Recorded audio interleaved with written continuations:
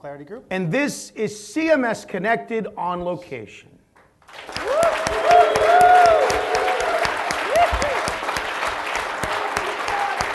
I like this. And as people can see, as of the airing of this show, we are coming to you from the Hotel Marlowe here in Cambridge. I encourage you to check out. It's a beautiful hotel.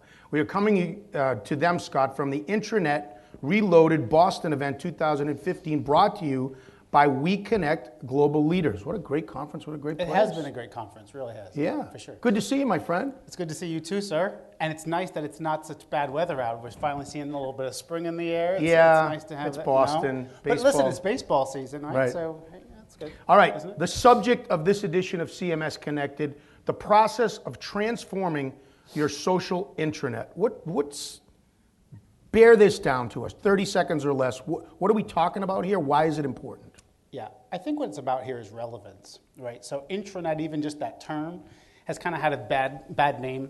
It kind of like portals, like we talked about on the last show, it started to gain this kind of bad name, and the folks who are here in this room know that there's an awful lot of value to add. And so one of the means through which you can do that is connecting people together. And we know that we can be more effective and efficient if we collaborate. And so the notion of a social intranet is creating a kind of an underpinning of how do you help people get work done, how do you help people collaborate and use the power of the many people within an organization. And when we dive deeper into that subject, we're going to have three distinguished panelists here, three experts from the industry to talk about that subject. Yeah. They are going to be Andrew Michaloff from Groupon, Lou Dubois from NBC Universal, and the lovely Celine Schillinger from Sanofi Pasteur. Yeah, I took 4 years of French, you know. Sounds good. I did.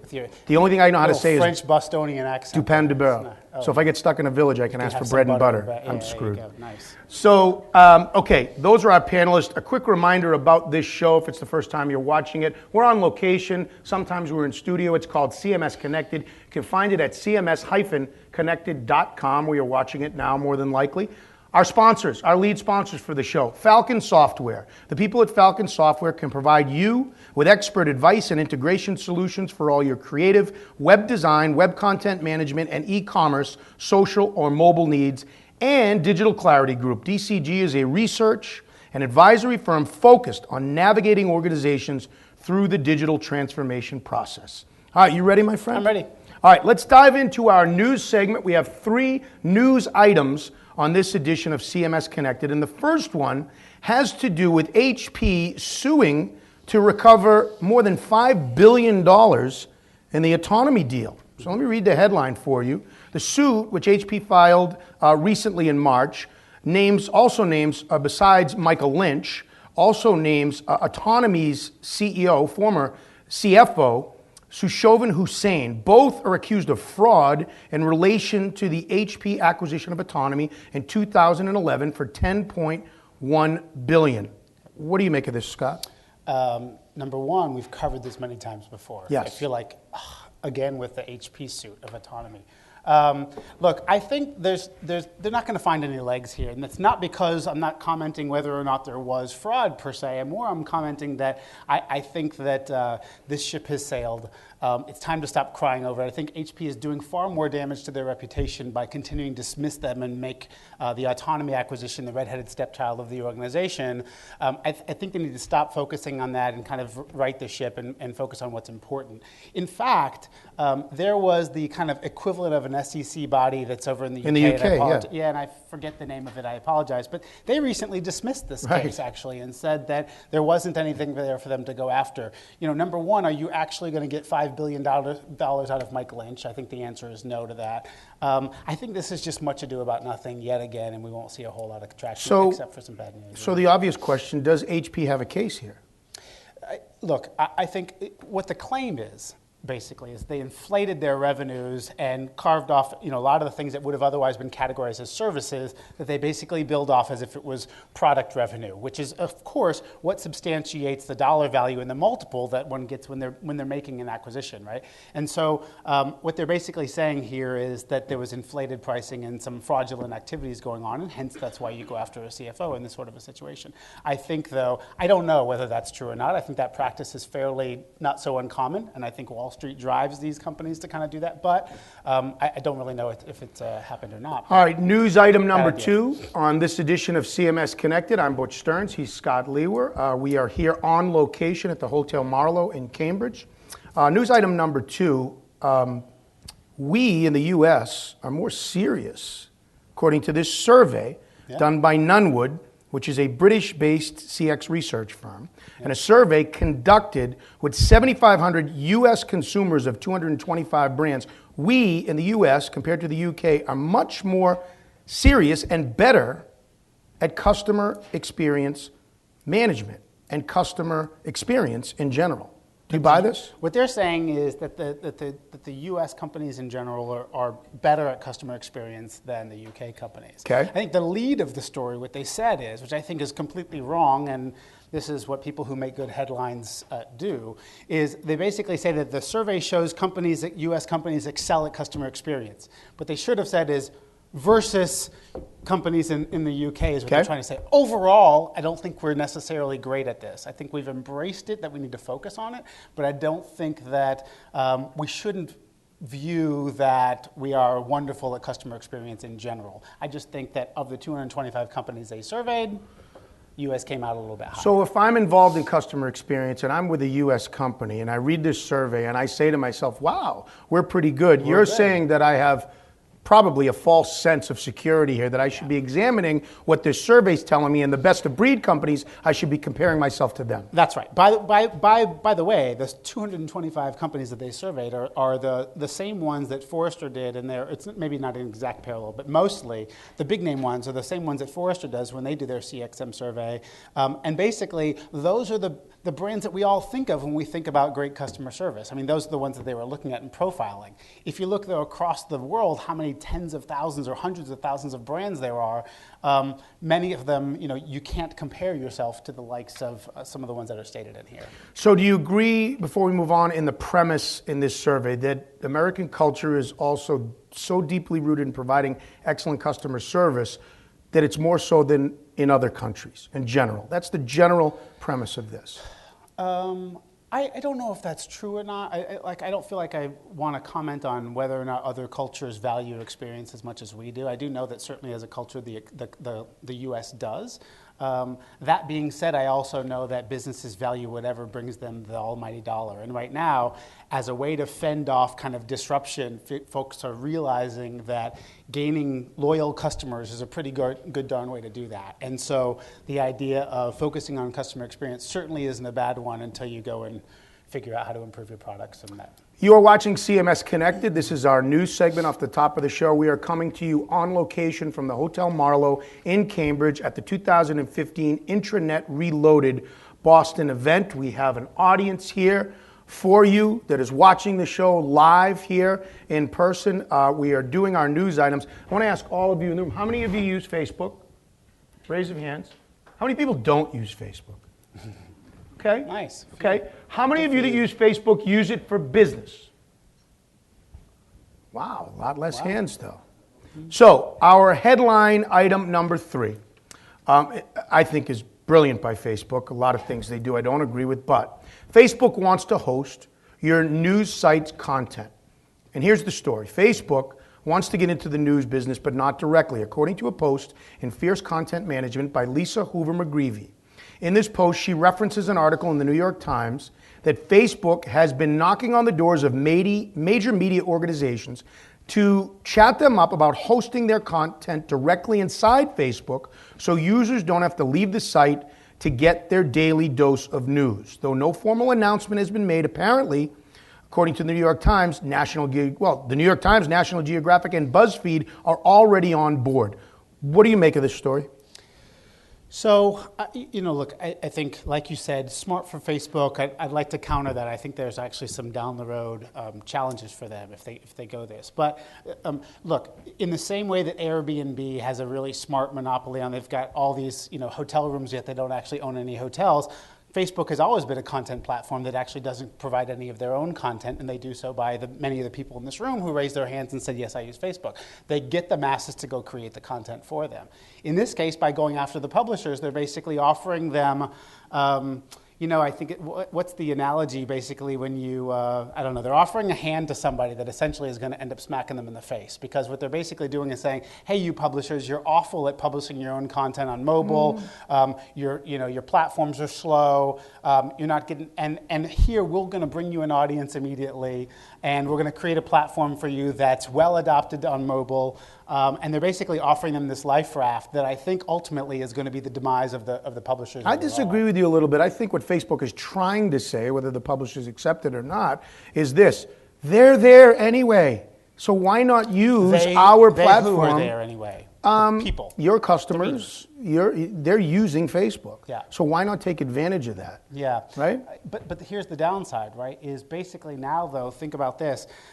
Certainly already these publishers are getting so much traffic from Facebook. I mean, Facebook is still being used to go publish this content, right? And you're getting to articles because you follow me and I'm posting that. So, but the downside is now, think about, and I think actually for Facebook too, the downside, they're going to now actually have an interest in making sure that certain content is viewed more than others, because they're going to owe it back from an ad revenue perspective to these publishers who they've signed a deal with the New York Times, but they haven't done so for the Washington Post.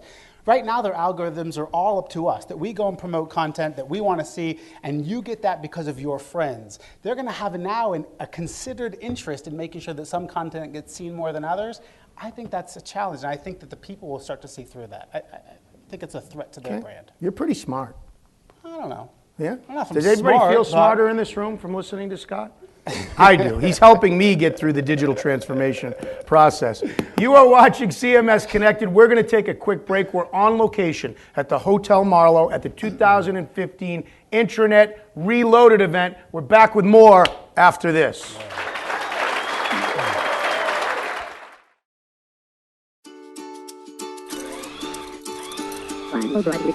Your job is to cut through the noise.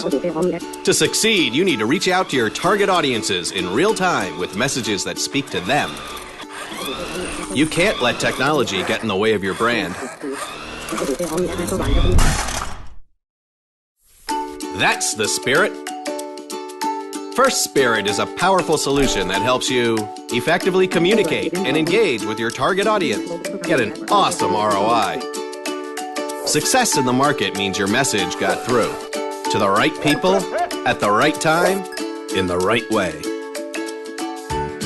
And that's why you need FirstSpirit.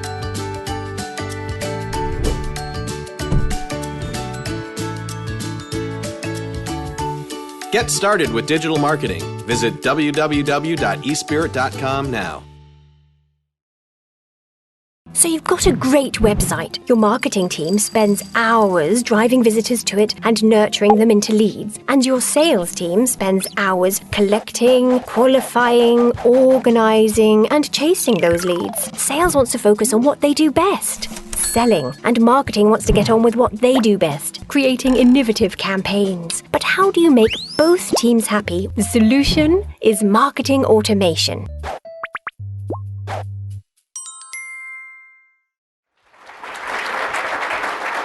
All right, welcome back to CMS Connected here at the Hotel Marlowe. We're on location at the Intranet Reloaded 2015 Boston event. I'm Butch Stearns of the Pulse Network, Scott Lewer of Digital Clarity Group. Having a good time here. We are having a good time. It's a great crowd here. We're about to have a better time.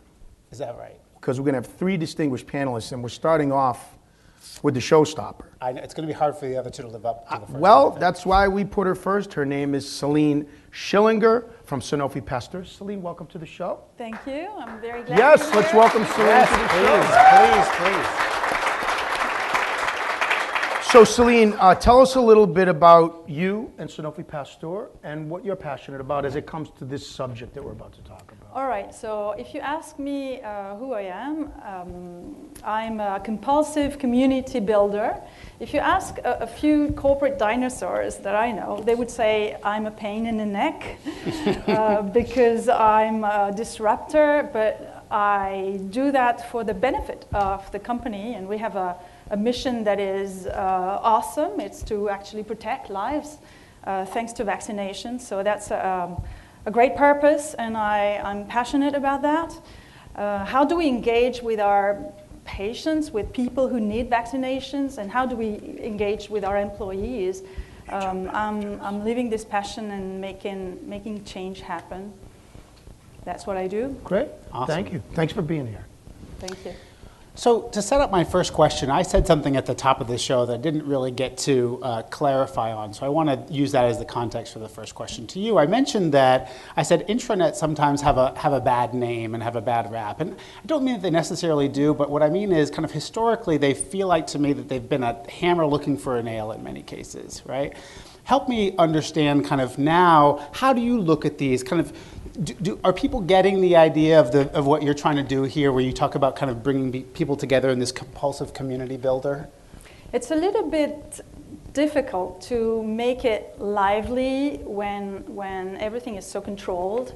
So the intranet is typically something that comes from the top, that is very, it's a manicured type of communication where people have little freedom to speak and to connect, and so I would say it's not the best engagement tool as of today, but we can change that certainly, and we do that by connecting change agents and corporate rebels. Do you know what corporate rebels are? No, I would love to hear what a corporate rebel is. Sounds like something I'd love to do. Where do you guys meet? Is it like a once-a-month meeting or something? Oh, we meet all over the place on the internet. We're going to get an invite. Internet everywhere. The corporate rebels is the notion that I really like.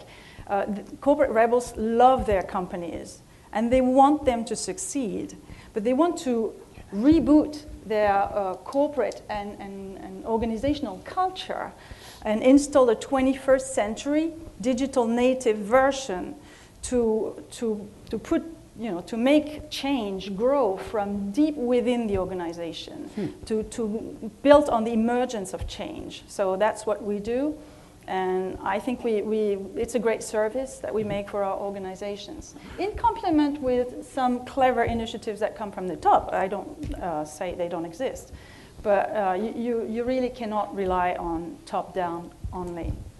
So, Celine, when we're talking about the subject of this edition of CMS Connected, the process of transforming your social intranet, are there people that still don't get it? Or, to Scott's point, is it a bad word? Is it, when you add social into this, that was supposed to be the nail that the hammer was always looking for, right? True. It's true that some people don't seem to get it still, but I'm an optimistic, and I think it changes. When I joined this company 14 years ago, I remember a very senior executive who had his emails printed so they could read them on paper and responded on paper, and then he had his admin type the response.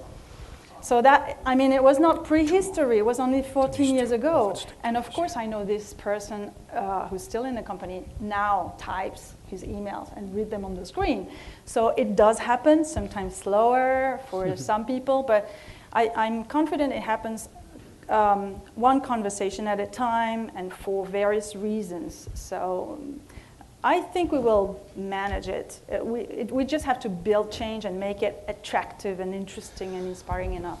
So that sounds, the way that you contextualize that sounds fairly difficult then to me for an organization like IT to be the driving force behind adoption then. Is that the case? What's your thought on that? Can IT be the driving force behind adoption? Well, and if not, who is? I would love IT to be the driving force because they're aware of so many cool tools and possibilities, and they're passionate about this, and they could play this role. Unfortunately, many of them are still too close to the tools, actually. And social adoption is not at all a tool matter.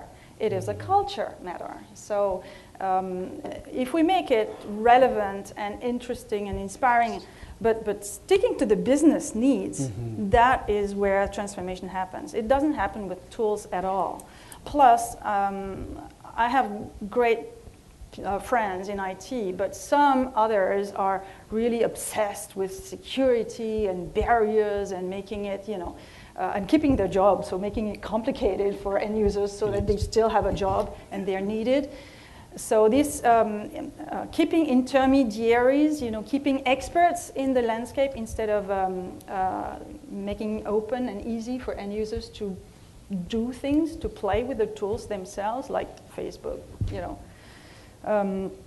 But I think there's also an evolution in IT. So one more quick question before we bring in our next guest, Lou Dubois from NBC Universal. How do we empower people or embark people into social collaboration, if you will? Social collaboration is something that happens because you see it's interesting, or because you have a proof that it works, or not everybody is convinced by the same things. I believe a lot in peer-to-peer communication and engagement.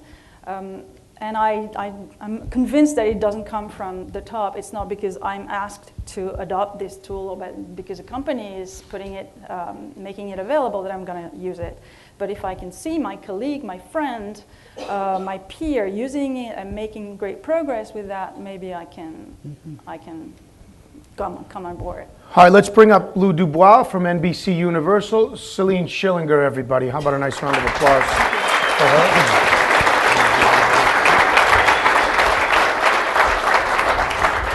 You are watching CMS Connected here from the Intranet Reloaded event 2015 from the Hotel Marlowe in Cambridge. I'm Butch Stearns. This is Scott Lewer, your co-hosts of CMS Connected. We bring in Lou Dubois, who is the Executive Director of Digital Content at NBC Universal. Welcome, Lou. Thanks for having me. Yeah, great to have you here. It's good to be here. What do you do as the Executive Director of Digital Content at NBC Universal? $1 million question. So NBC Universal, small little company, you may have heard of it. Entertainment and media. We have one thing that is really interesting about our company is we've got over 100 different businesses that kind of make up our portfolio. So, pardon me, things as diverse as Fandango to Universal Studios, theme parks to Universal Pictures. I'm good. Thank you, though. Very kind of you. To Universal Studios, pictures to news and all these different things that you see. So the portfolio is really vast. And kind of our group, so we oversee internal and external communication. My role is to oversee the digital tools and technologies that we're using to really improve those communications. Great. Well, welcome. Thanks for being here. Well, Lou, while you have a French last name, it's very disappointing that you don't have a French accent that the first guest does. So unfortunately, you're not only not as good looking, but now you've got to have as much to say, and you need to figure out a way to do it with an accent. Scott, I disagree. We all fall short in Celine's shadow, so we do. Okay. I'm glad you don't have an accent, because I hate it when I co-host with somebody. Do you with have a question accent. anywhere in here for Lou? I do have a question. Okay, here we go, Lou. What's my question to you? So how do we then, so picking up on, you heard some of Celine's comments earlier, how do we begin this process, really, of transforming from kind of the way that I set it up, a mere intranet, into this notion of a social tool in the collaboration environment? Sure. So I think the thing that we try to do is to identify what's working and what's not. I think we've heard a lot today about metrics and data, and I think that really any conversation about reloading or revitalizing any kind of internet service has to start with what you're doing now.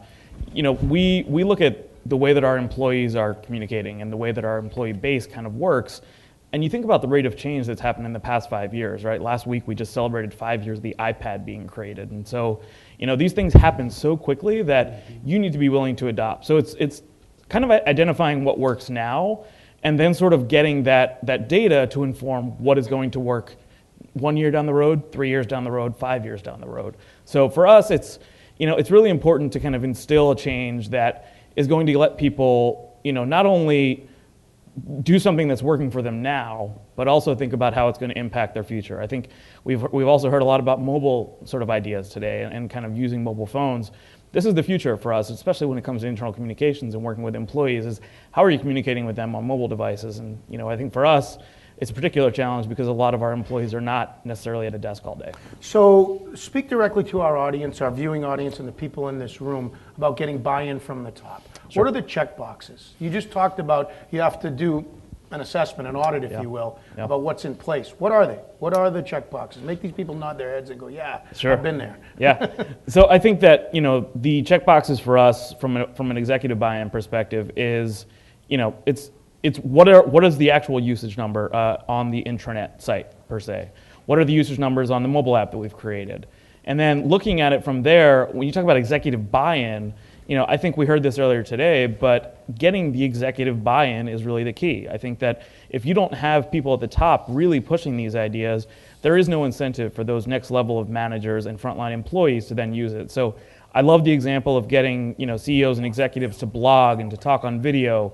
I think it's often harder for a lot of companies to do that, but I think it's a great forward-looking opportunity for a lot of businesses to really engage their employees, because that's really the opportunity here. Great. I'd love to follow. I'm going to set you up with another question, but I think when we come to all of us, I'd love to go into something that you just talked about there, but I'll write it down for later. So how though do organizations who are listening to your advice here now, how should they ensure that all their employees kind of have access? One of the big things is this whole idea of shared knowledge, right? That not only should you be able to capture knowledge within your organization before folks leave out the door, be able to kind of get that, but then also providing that and making that accessible to other employees. So how do you go about doing something like that? So I talked a little bit at the beginning about the scale of our organization, and I think that this is actually one of the really unique challenges we've got. So we've got people who are seasonal employees that work in theme parks, who are the ones, kind of putting you on rides, serving you food, sweeping up the streets at Universal Studios. We've got people who are making movies, people who are kind of on contract basis for 6-month runs, for 4-month runs. And then we've got a lot of people in different corporate functions, both in news and entertainment, cable. And so we're trying to appeal to this really diverse audience base that there is no one-size-fits-all opportunity for.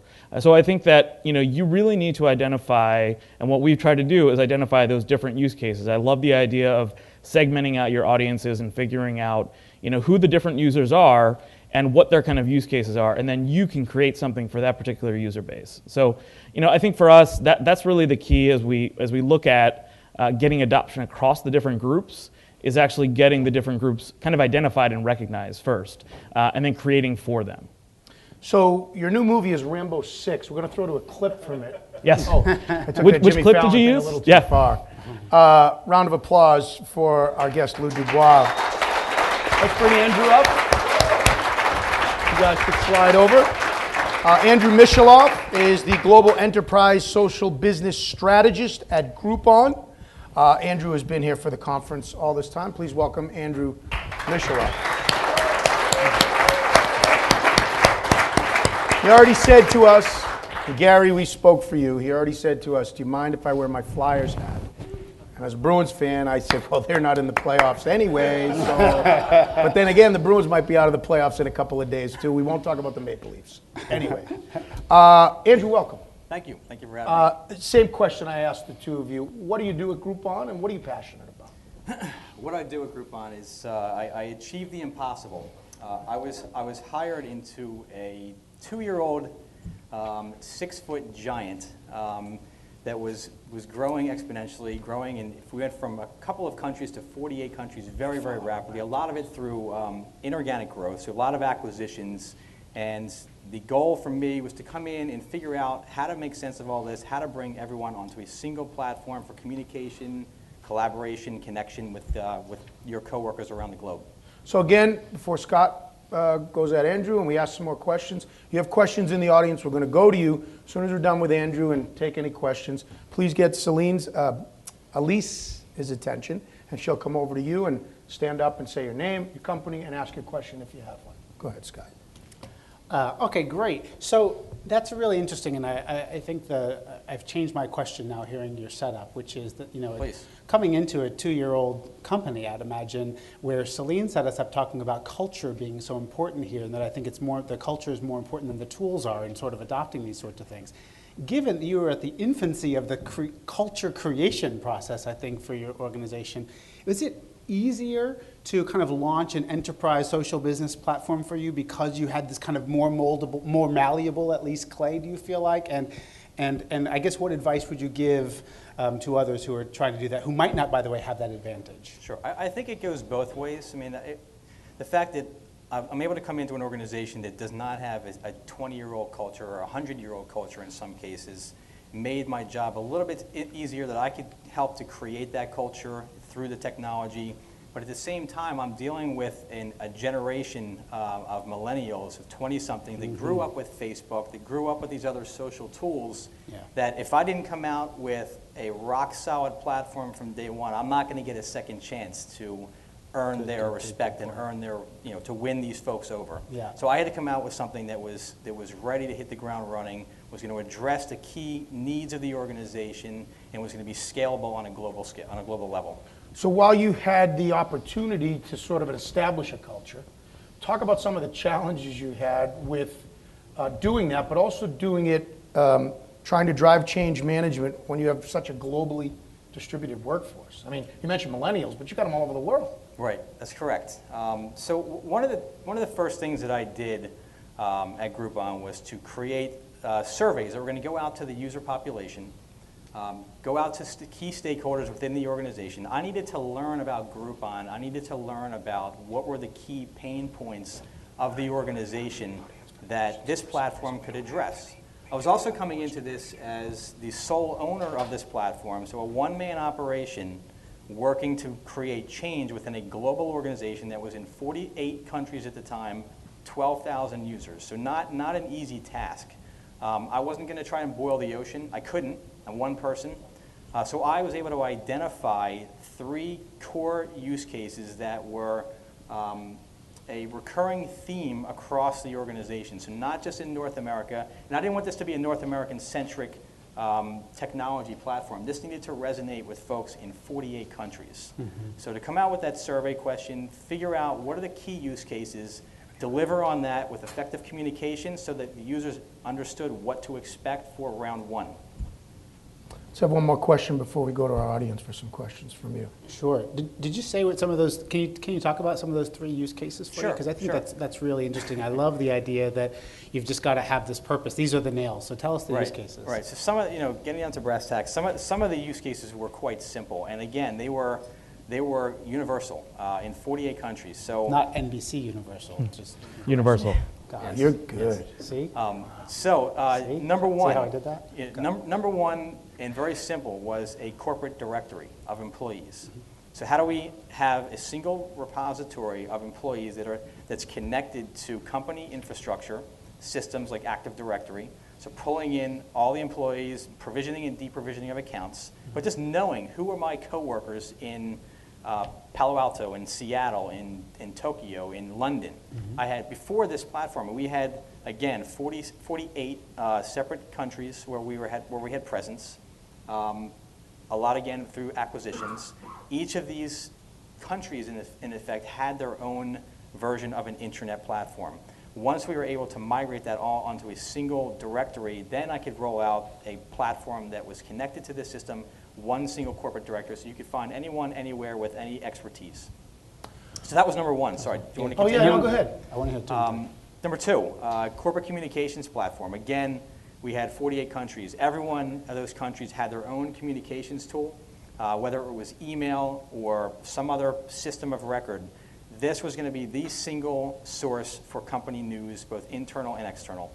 So number 3 was similar to that, a knowledge base for HR, documents, repository for information, policies, benefits information, and so forth and so on. So again, these were all on disconnected systems. Now everything is under one single technology platform. What did you take out of those 3 use cases?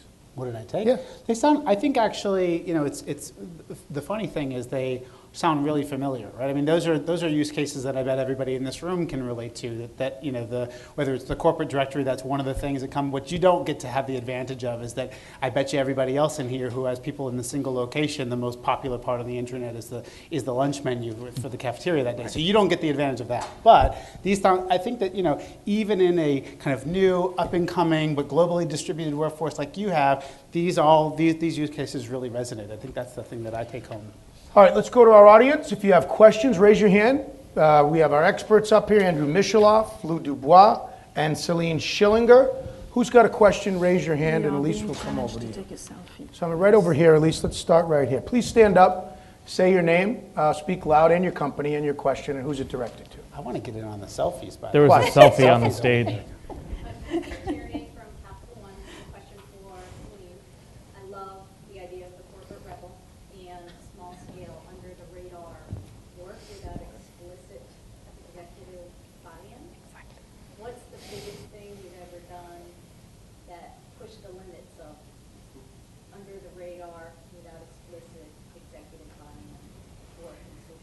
Okay, so for our viewing audience, if you couldn't hear, it's Christine Tierney, right, from Capital One. Thank you very much.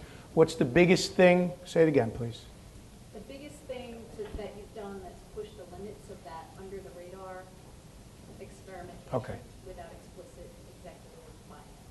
Yeah, what's the biggest thing you've ever done that's pushed the limits without executive Tell us buy-in? about your rebellion, in other words. I've done a little bit too many. I will tell you about the first one, maybe. I got to a point where I was a bit pissed off by the lack of diversity in the company, and I thought it was a loss for the company to use only a very small fraction of its talents. And I launched a movement for gender balance at work. And I actually sent an email to the CEO. That was my first act of rebellion. And, but I didn't expect anything big from that, but this email became viral and started and was the first point, the starter, the beginning of a movement that extended to the whole company across 50 countries, and that set the company in motion, and we became like a very, very big movement. And a lot of us got to use the social tools for the first time because we had a purpose and we wanted to deliver something, to build value together, and social tools were the obvious answer. So men and women contributing together to building a better, more modern, more diverse company.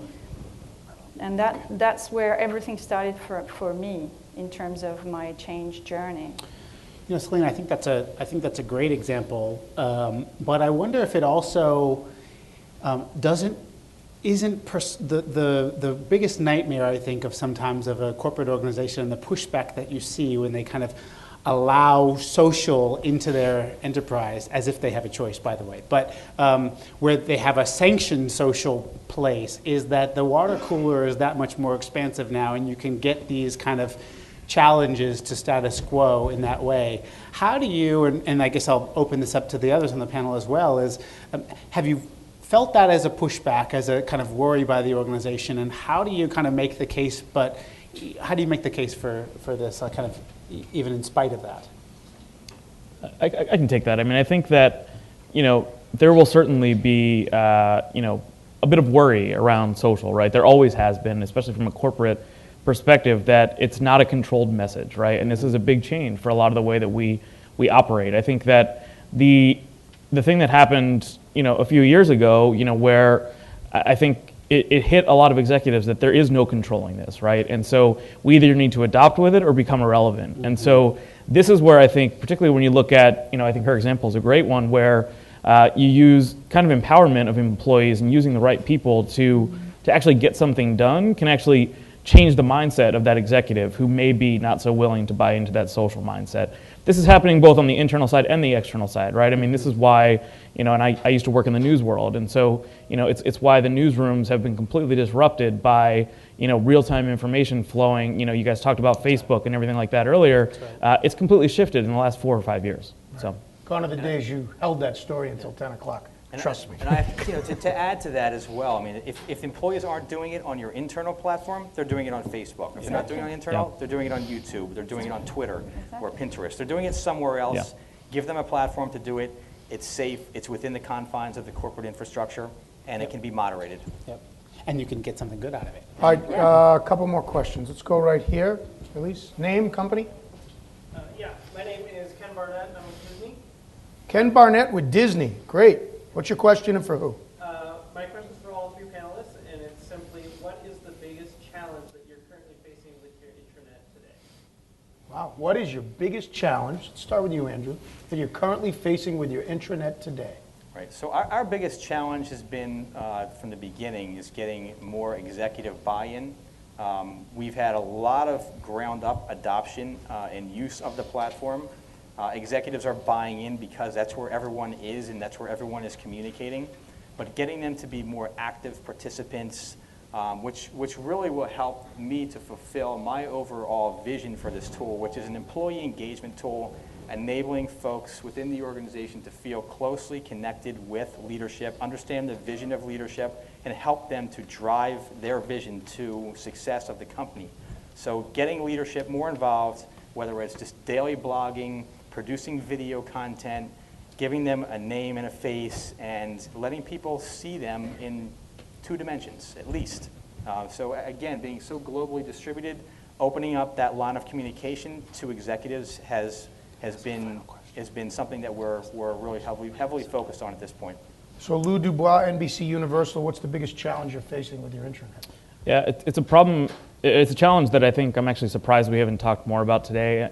Is mobility and access to intranet on all devices. So, in my eyes, if it doesn't work on mobile, it doesn't work. I think that when you think about intranet platforms, that often has not been the case. You look at the way that people design a lot of systems now, and they're very much designed for the desktop user. I talked a little bit earlier about the different kind of user and employee base that we have, and if we want to reach anybody, then we need to get where they are on whatever platform they are, wherever they are, and whenever they are. So, and mobility. Celine Schillinger, I so much agree with that. Mobility is such a big challenge, and currently what I see is something that's heavy, that's not social, not interactive, that's not mobile. It's not engaging. It's not very interesting. Okay. Interesting. Can I add one more thing to that too, actually? No. Okay. Yes, please. I think search too. We talked about this a little bit earlier today, but I think that forever intranets have kind of just been deep troves of information that are very rarely curated. Mm-hmm. I think that as people and companies get smarter, they're figuring out better ways to kind of, especially again on mobile devices too, raise search rank and using the different algorithms that Google and others have provided. So. I want to ask a question, maybe this is probably the final question, about metrics.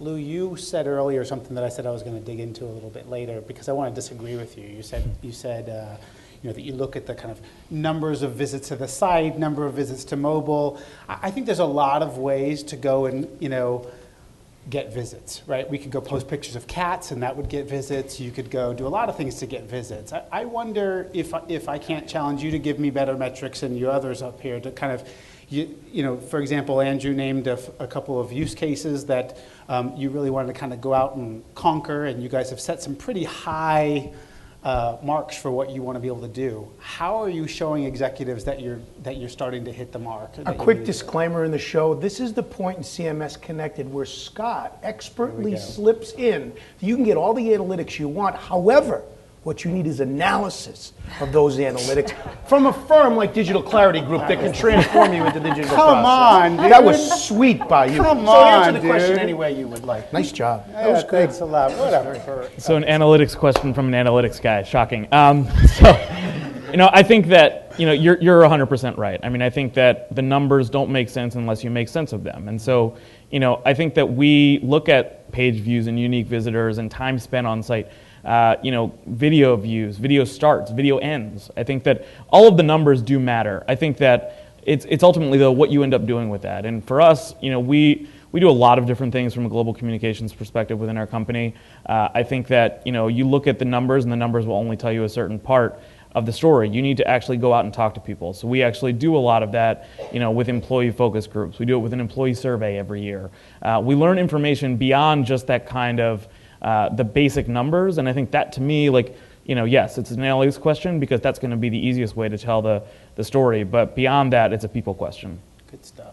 All right, let's take one more audience question if you have one. Let's go back over here. You're watching CMS Connected. We are coming to you from the Hotel Marlowe in Cambridge, Massachusetts, and it is from the Intranet Reloaded event in 2015. Your name, your company. Hi, Maureen Godfrey and Cable Wireless.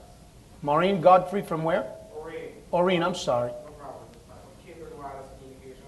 Okay, and your question? Entirely in Latin America. And culture plays a big role in the success of any platform. But I'm coming from a company that you have multiple brands and multiple cultures, and some of them have their own internet that has existed for many years. And now we're trying to build one single platform, one community for everyone. What do you believe is the best approach or the best starting point in designing and building on that community? So the question is about multiple cultures and the best approach to building one single platform that's a solution, correct? Who wants to tackle that one? So I could start. I have something to add. I mean, we've had some challenges as well around global adoption. So we have 48 countries. We have tons of different cultures that are now utilizing this platform. I think that one of the first things that I did was to reach out to constituents who could help me as early adopters in every region of the world. So I started off in Latin America, in APAC, in EMEA. Identified the folks with whom I would be working to build a community of experts, build my early adopters, and help me drive this thing to success. So we started off with a pilot launch in 3 countries. We quickly iterated, so we've been constantly launch and evolve, launch and evolve, launch and evolve. So learning techniques from the experts, having them share their expertise in groups within our community, sharing the knowledge, helping me to effectively duplicate my efforts across all countries. And it's always getting back to some of the basics, like what are our basic core use cases? It's around, again, directory, HR, and the number one key thing is content. So high quality content that is hyper-local, that is relevant, and what matters to the user. Not global content that they don't really care about, but hyper-local and regional content that matters to those people. And not just standard blogs and discussions, but the most compelling form of content is video. So we've incorporated a lot of video into the solution. So providing these core tools that help address the needs of the entire organization, not just focusing on, again, North America. We're a North American company. We were founded in North America, but we're a global company. Now we're in 47 countries.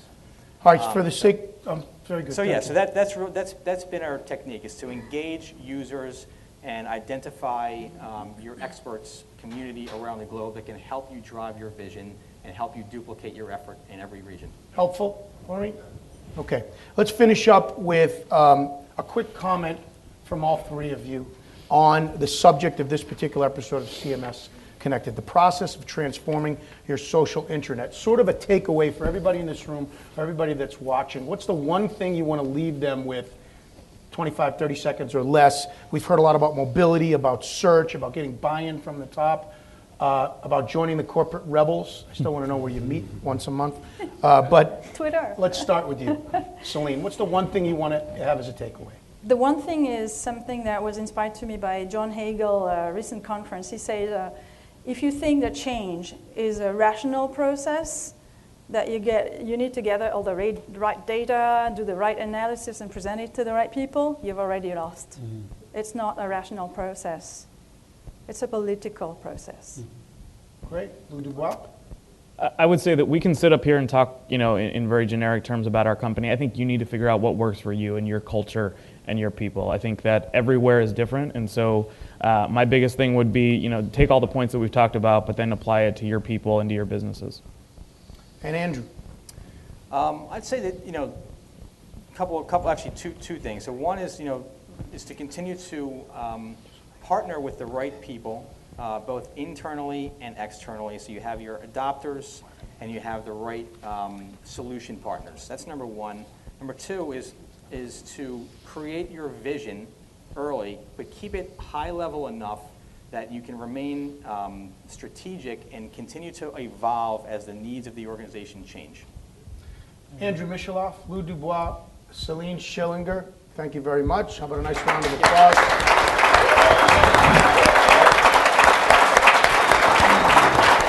All right, one more quick break on CMS Connected, and we'll be back to wrap up this edition on location at the Hotel Marlowe at the Intranet Reloaded event 2015.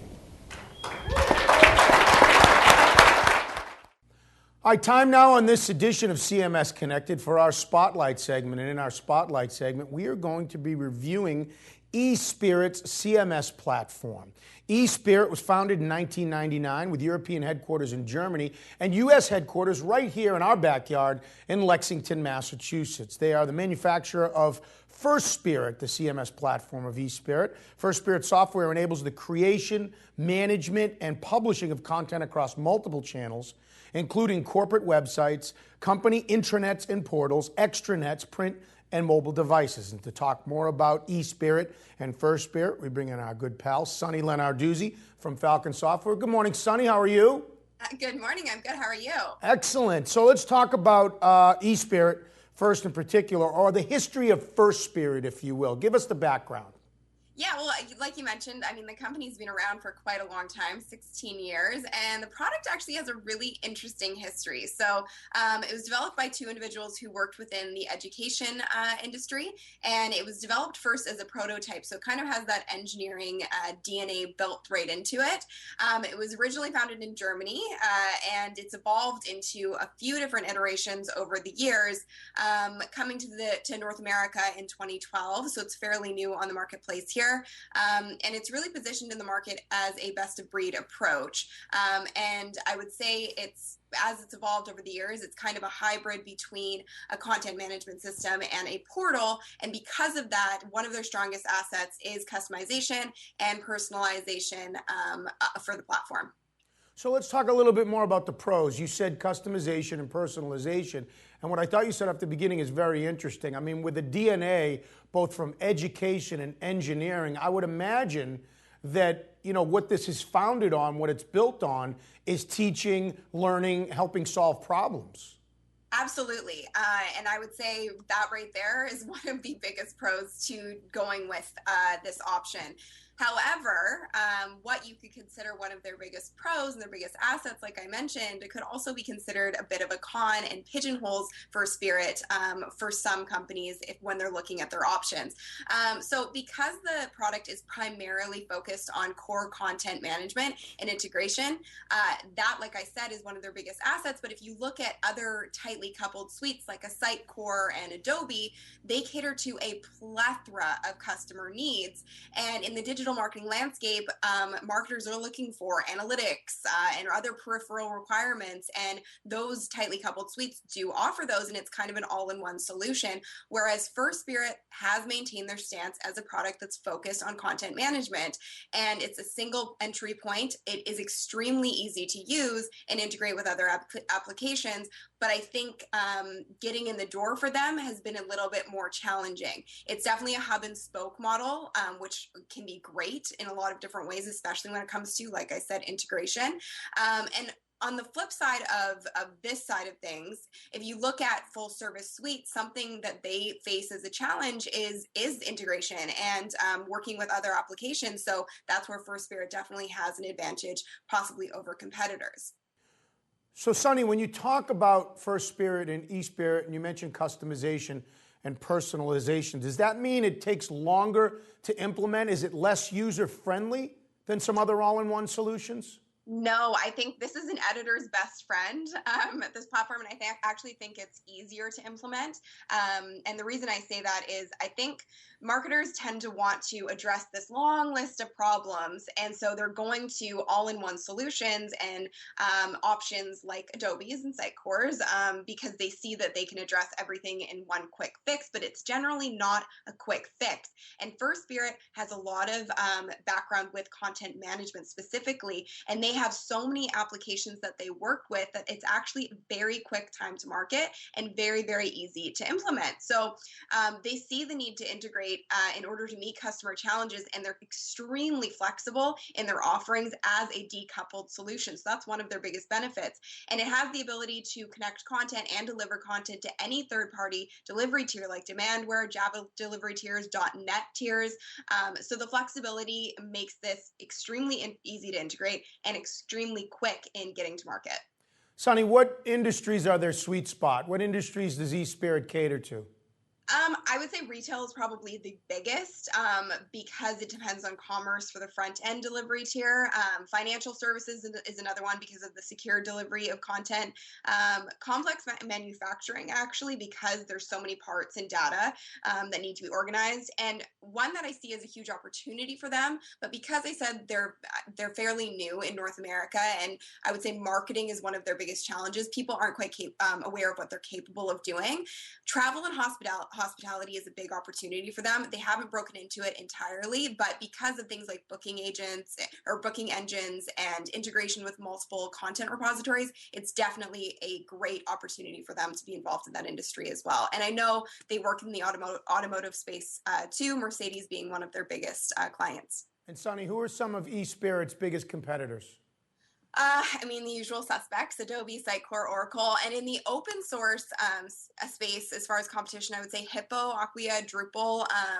But like I said, because they're fairly new, they need to get in the door with companies, and they've kind of been pigeonholed because of the hub and spoke model, and they've been working with really big companies as kind of an add-on like Demandware, IBM, and they haven't had the opportunity to really break into enterprise. So whether or not they're direct competition for those companies right now, I'm not sure, but I think once the awareness grows, once they have a bigger brand presence, especially in the enterprise space, I think they're definitely going to be direct competitors. Sunny Lenarduzzi in our Spotlight segment, reviewing eSpirit and FirstSpirit. And Sunny, if people want to reach out to you, how do you prefer they get a hold of you? You can find me on Twitter, on YouTube, all at Sunny Lenarduzzi. All right, Sunny. Sunny Lenarduzzi from Falcon-Software. Always great to catch up with you. Thank you. All right, Sunny Lenarduzzi in our Spotlight segment on this edition of CMS Connected. Welcome back to CMS Connected, on location here at the Hotel Marlowe in Cambridge, Massachusetts, as we wrap up this edition of the show. It's time for our CMS Insider segment. I wish we had. Oh, Scott. Good to have you. Wisecracking again. You ready now? Listen, I was ready at the beginning of the show. I was ready in the middle of the show. I'm ready at the end of the show. Let's go. Your subject today in your CMS Insider segment, open source versus closed source. More specifically, should people be taking open source seriously? Yeah. What are you talking about here? I think that is the question. It's not, one versus the other per se so much. I think that the notion, listen, here was the catalyst for this and why it came up. I was doing some, as I do, some advisory days with some of the kind of top folks in a number of the really large closed source organizations, as you want to call them, who might be up and to the right. And they're very dismissive of the kind of open source movement and what's happening there and not taking it seriously at all. And so my point to them was, no, in fact, you really do need to be taking this seriously. There's an awful lot of movement there. They're going to take an awful lot of your market share. And so I wanted to spend some time here at the end of the show to talk about just kind of open source in general and give a new framework for people to think about it. So the companies that are being dismissive, the up and to the right companies, the big boys. That's right. Right? Up and to the right, by the way, of any quadrant. We happen to be talking about a WCM quadrant, but name your one. I think they're dismissive. Okay, so do they have their heads in the sand? Or is this a naivete on their part? I think it is. I think it is naive. I think what they need to go do is understand and study kind of what Clayton Christensen called disruptive innovation and the theory of disruption and what that is. Essentially, which is that kind of by way of the fact that they cost what they cost, when I say they, I'm talking about these up and to the right companies, that they tend to focus on an audience that is getting smaller and smaller over time. It becomes you start to cater your product and features and capability to the biggest company customers that you have, essentially, who are the ones who are forcing your hand and kind of innovating and kind of getting more and more and more sophisticated and specific.